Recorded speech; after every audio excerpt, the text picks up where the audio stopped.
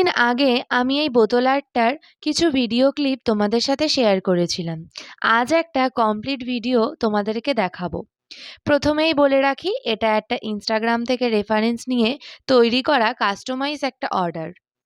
প্রথমে বোতলটার ওপরে সামান্য কালার আমি করে নিয়েছি এবং এরপর আমি সেই হলুদ কালারটার ওপরে পেন্সিলের সাহায্যে ফেস ড্র করে নিয়েছি। পর চোখ, নাক এগুলো ভালোভাবে হাইলাইট করার জন্য একটা ব্রাউন কালার আর পরে ব্ল্যাকের সাহায্যে সেগুলো রং করে নিয়েছি। এর পাশাপাশি চোখের রঙের ক্ষেত্রে আমি সাদা রঙের ওপরে কালো রং করে এবং তার ওপরে কিছু পরিমাণ হলুদ কালার আর সবুজ দিয়ে ভালোভাবে মিক্সড করে আর সাদা দিয়ে সেটাকে সবশেষে হাইলাইট করে দিয়েছি। এর পাশাপাশি ঠোঁট আর টিপের ক্ষেত্রে রেড কালার দিয়ে এটাকে আমি পুরো কমপ্লিট করে নিয়েছি। এরপর আগে থেকে তৈরি করে রাখা কিছু ফ্লাওয়ার, যেমন কাঠগোলাপ, নয়নতারা, জারবেরা, গোলাপ আর কিছু পাতা ভালোভাবে আঠার সাহায্যে এর ওপরে বসিয়ে নিয়েছি। এই পুরো ফ্লাওয়ারগুলোই আমি ক্লে দিয়ে তৈরি করেছি আর এগুলোর ভিডিও আমি অনেক আগেই আমার চ্যানেলে আপলোড করে রেখেছি। আমি এই ভিডিওতে ওই ভিডিওর লিঙ্কটা অ্যাড করে দেব, তোমরা চাইলে সেটা চেক করে আসতে পারো।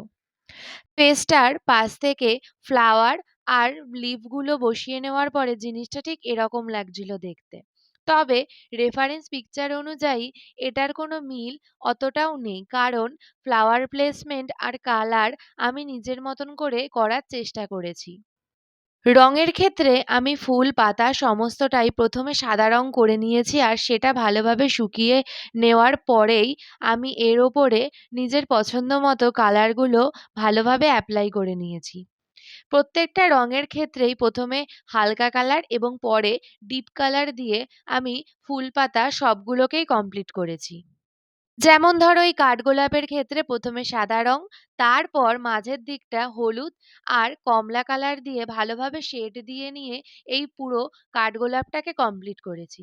আর ঠিক একই রকমভাবে পাতার ক্ষেত্রেও প্রথমে পাতাগুলোকে হলুদ কালার করে নিয়েছি আর সবশেষে সেটার ওপরে সবুজ কালার অ্যাপ্লাই করে আমি পুরো পাতাগুলোকে কমপ্লিট করেছি।